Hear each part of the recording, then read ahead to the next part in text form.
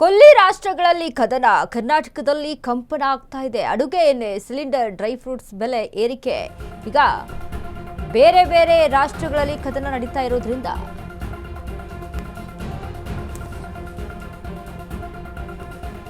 ರಂಜಾನ್ ವೇಳೆ ಗೋಡಂಬಿ, ಪಿಸ್ತಾ ದರ ಹೆಚ್ಚಳದ ಶಾಕ್.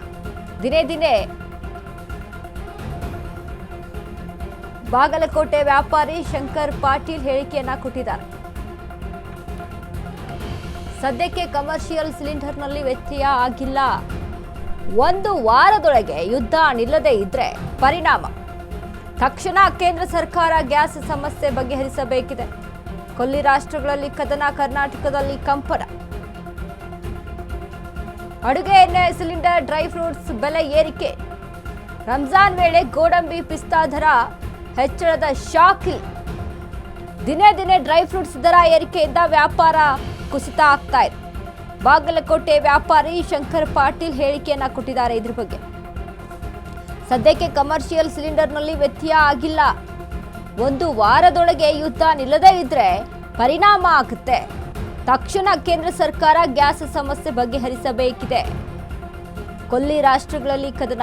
ನೋಡಿ, ಇದೀಗ ಕದನ ಎಷ್ಟರ ಮಟ್ಟಿಗೆ ತೀವ್ರತೆಯನ್ನ ಪಡೆದುಕೊಳ್ತಾ ಇದೆ, ಅಷ್ಟರ ಮಟ್ಟಿಗೆ ಆರ್ಥಿಕವಾಗಿ ಹೊಡೆತ ಬೀಳ್ತಾ ಇದೆ ಭಾರತದಲ್ಲಿ. ಈಗ ರಂಜಾನ್ ಇರುವಂಥದ್ದು ಅಥವಾ ರಂಜಾನ್ ಹಬ್ಬ ಇರುವಂಥದ್ದು. ಸೊ ಹೀಗಾಗಿ ಡ್ರೈ ಫ್ರೂಟ್ಸ್ಗಳ ಬೆಲೆ ಏರಿಕೆ ಹೆಚ್ಚಾಗಿ ಕಾಣಿಸ್ತಾ ಇದೆ. ಯಾಕಂದರೆ ಅಡುಗೆ ಎಣ್ಣೆ, ಸಿಲಿಂಡರ್, ಡ್ರೈ ಫ್ರೂಟ್ಸ್ ಬೆಲೆ ಏರಿಕೆ ಒಂದು ಕಡೆ, ಇನ್ನು ಗೋಡಂಬಿ, ಪಿಸ್ತಾ ದರ ಹೆಚ್ಚಳದ ಶಾಕ್ ಮತ್ತೊಂದು ಕಡೆ. ದಿನೇ ದಿನೇ ಡ್ರೈ ಫ್ರೂಟ್ಸ್ ದರ ಕೂಡ ಅಲ್ಲಿ ಹೆಚ್ಚಳ ಕಾಣಿಸ್ತಾ ಇದೆ. ಹೀಗಾಗಿ ವ್ಯಾಪಾರ ಕುಸಿತಾ ಇದೆ ಅನ್ನುವಂಥದ್ದು ಒಂದಿಷ್ಟು ಅಂಗಡಿ ಮಾಲೀಕರ ವಿಚಾರ ಆಗಿದೆ. ಇನ್ನು ಅದ್ರ ಜೊತೆಗೆ ಈಗ ನೋಡಿ, ಬಾಗಲಕೋಟೆ ವ್ಯಾಪಾರಿ ಶಂಕರ್ ಪಾಟೀಲ್ ಸಹಿತ ಇದ್ರ ಬಗ್ಗೆ ಹೇಳಿಕೆಯನ್ನು ಕೊಟ್ಟಿದ್ದಾರೆ. ಸದ್ಯಕ್ಕೆ ಕಮರ್ಷಿಯಲ್ ಸಿಲಿಂಡರ್ನಲ್ಲಿ ವ್ಯತ್ಯಯ ಆಗಿಲ್ಲ. ಒಂದು ವಾರದೊಳಗೆ ಏನಾದರೂ ಯುದ್ಧ ನಿಲ್ಲಲಿಲ್ಲ ಅಂತ ಅಂದರೆ ಆಗ ಇದು ಈ ರೀತಿಯಾಗಿ ಪರಿಣಾಮ ಬೀಳುತ್ತೆ. ತಕ್ಷಣ ಕೇಂದ್ರ ಸರ್ಕಾರ ಗ್ಯಾಸ್ ಸಮಸ್ಯೆಯನ್ನು ಬಗೆಹರಿಸಬೇಕು ಅನ್ನುವಂಥದ್ದು. ಇದ್ರ ಬಗ್ಗೆ ಕೇಂದ್ರ ಸಹಿತ ಈಗ ಗಮನ ಹರಿಸಿದೆ ಅನ್ನುವಂಥ ವಿಚಾರ ಮತ್ತೊಂದು ಕಡೆ ಆಗಿದೆ. ಇನ್ನು ಕಚ್ಚಾ ತೈಲದ ವಿಚಾರದಲ್ಲಿ ನಾವು ಮಾತನಾಡೋದಾದರೆ, ಈಗಾಗಲೇ ಏನು ಟ್ರಾನ್ಸ್ಪೋರ್ಟ್ ಆಗಬೇಕು ಹಾರ್ಮುಜ್ ಜಲಸಂಧಿಯಿಂದ, ಇನ್ನು ಅದ್ರ ಮೇಲೆ ಇರಾನಿನಲ್ಲಿ ಇರುವಂಥ ತೈಲ ಟ್ಯಾಂಕರ್ಗಳ ಮೇಲೆ ಅಮೆರಿಕ ದಾಳಿಯನ್ನು ನಡೆಸ್ತಾ ಇದೆ. ಅಮೆರಿಕ ಮತ್ತು ಇಸ್ರೇಲ್ನಲ್ಲಿ ಇರುವಂಥ ತೈಲ ಟ್ಯಾಂಕರ್ಗಳ ಮೇಲೆ ಇರಾನ್ ದಾಳಿಯನ್ನು ನಡೆಸ್ತಾ ಇದೆ. ಈ ದಾಳಿಗೆ ಅಲ್ಲಿ ಸಾಕಷ್ಟು ನಾಶವಾಗಿ ಹೋಗ್ತಾ ಇರುವಂಥದ್ದು.